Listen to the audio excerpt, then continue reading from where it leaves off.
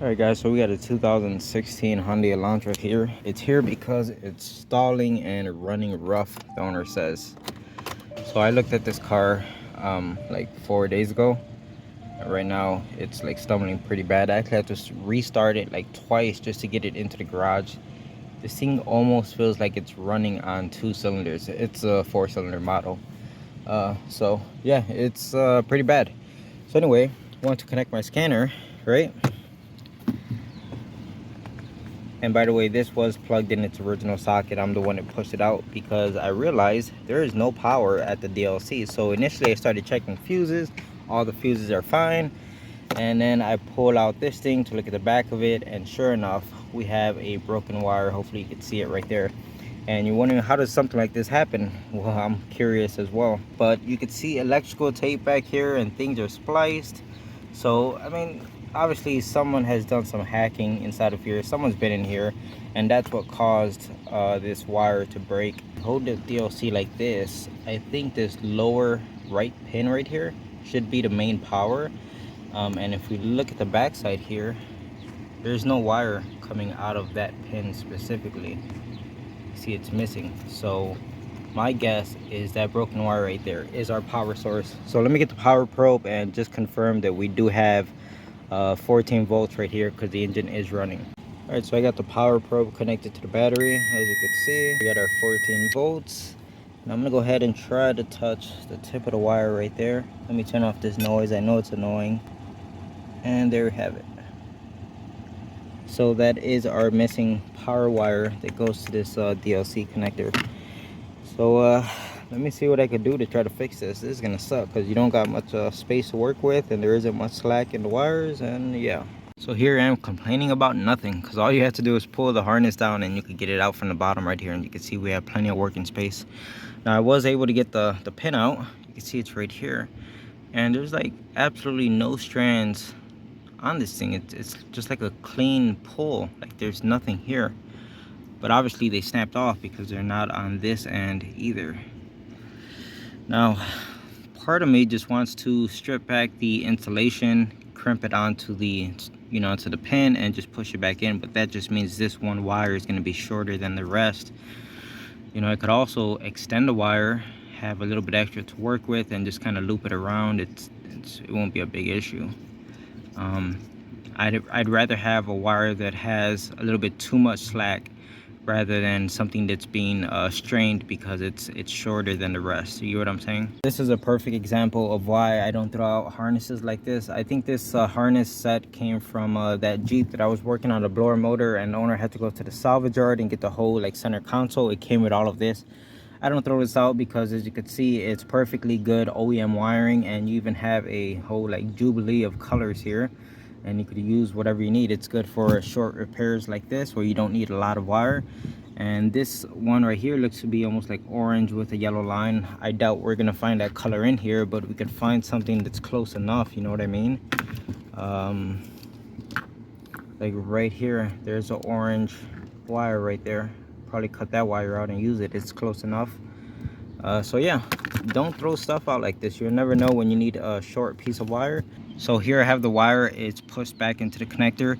Now the wire itself on the little pin, I did end up crimping over the connector itself onto the wire strands, and I even soldered it just a little bit to make sure it doesn't pull out.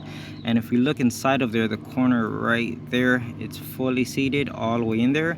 Now of course the wire is a little bit too long. I'm gonna go ahead and shorten it down, but for the meantime I just wanted to connect these two wires. Let's go ahead and connect our scanner dongle and see if it even works. Okay, so I'm ready to plug it in. As soon as it gets power, it should beep, and there should be a small light right there that turns on. There goes the beep, and there goes our power, as you guys can see. So it's working. Let me go ahead and make this look pretty. We'll wrap it up and make it look like nobody was ever inside of here. And there you have it. I ended up soldering the wire together, putting some heat shrink over it, and then I put the excess wire underneath the Tesla tape right here.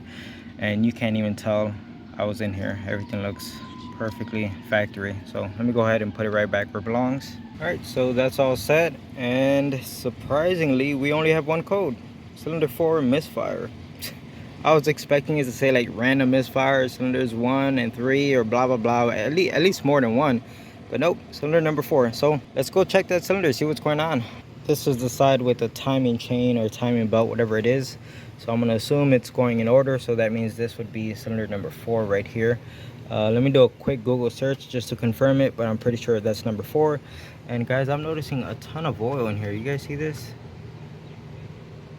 Looks like somebody does not know how to add oil, unless this cap is loose or leaking. But I mean, that was under pretty tight. Look at all the oil that's sitting up here. Yeah, I think someone's just been adding oil and just not doing a very good job at it. Anyway, we are not concerned with that. Let's get out this cylinder number 4 ignition coil. If we're lucky, it's just as simple as a bad ignition coil. That would be the easy fix. Alright, so plain and simple, pretty straightforward here. I put an X on the suspected bad ignition coil just so nobody gets confused. I swapped number 4 for number 1. So now when we pull up scan data, hopefully we'll get a code saying that cylinder 1 is now misfiring, or if we pull up some misfire data, hopefully we get counts of misfire on cylinder 1. So let's go look at the scanner. Aha, the plot thickens. We are still misfiring on cylinder 4. It's not an ignition coil, guys. Alright, so let's go ahead and pull out that spark plug, see if something funky is going on.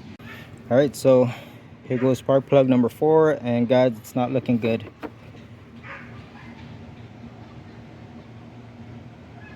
It looks moist and there's like a ton of carbon buildup. It's like a big chunk of something. You see it right there?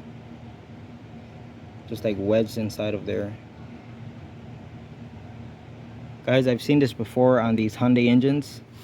It's basically the engine burning so much oil that it just fouls out the spark plugs.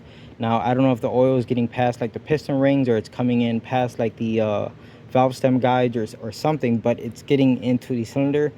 I've seen a few Hyundai engines like this. I know one customer who, I don't know, damn, this might be the same damn car. I don't know, but it was she had the same exact problem, and it was cylinder number 4, the same freaking one. And it hurt us so bad that she was coming back like every 3 days for me to clean the spark plugs. And I kept telling her, like, this is not a solution. I can't keep doing this, you know. So this engine is no good. That might look like it's what's going on here. So, you know, what can we do here? I don't have a spare spark plug. We just want to test it to see if it's going to work, because if it is burning oil, you know what? Owner did say that this thing is going through oil like crazy. Why do you think there's oil all over inside the valley right here, oil leaking? Because he's constantly adding oil, because the engine is eating the oil. Where's that oil going? Whoop. Like I said, I don't have a replacement spark plug. Honestly, guys, it's not going to make a difference. Trust me. If you put a brand new spark plug in these things, the car will drive fine for, you know, X amount of time, depending on how bad the oil consumption is on this thing. Sometimes you'll get a week out of it, 2 weeks. Sometimes you only get 2 or 3 days out of it. I'm gonna see if I could go ahead and clean up this spark plug, see if it'll make a difference. It probably won't, but it's worth a shot. All right, so it's not perfect, but I tried to clean up whatever I could.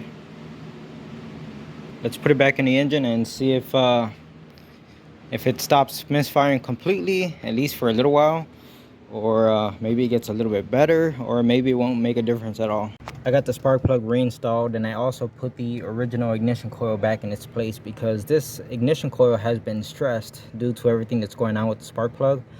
So you just want to put everything back how it was, because it is more likely that this ignition coil will fail before the rest of them. Guys, this thing is actually fixed. Winner chicken dinner. Hey, the only stupid thing is the thing you don't try, right? Better out than in. Penny saved is a penny earned. Kill 2 birds with one. Okay, I'll just stop now. Anyway, I went ahead and cleared the check engine light, and this thing is running absolutely smooth, guys. Look at our misfire counter. Nothing, absolutely nothing. I'm gonna go ahead and rev up the engine. Super smooth. It's like a completely different car. But I don't consider this a fix. This is a band-aid at best, okay? Because if there really is an issue with oil getting into that cylinder, it's a done deal. This engine is no good. but I think it's worth the investment of at least a set of spark plugs. Okay, the owner bought this car off of his mom. As long as he's been having it, he's never done any service, and no one knows the history as far as when his mom had it. So yeah, no one knows anything about this car. So I think a set of spark plugs is the least he can do. And guess what? If that same cylinder 4 misfire comes back and that spark plug is again just filled with all kinds of carbon and whatnot, it's a done deal. This engine is no good. You know, whatever. You know what I'm trying to say. So as of right now, we have a certified Iv'e repair over at Pine Hollow Auto Diagnostics. No parts required, guys, and those are the best kind. But I'm gonna talk to the owner and see if he could at least stop at AutoZone on his way over here to pick up the car tomorrow. See if he could bring a set of spark plugs, and you know, that'll be it.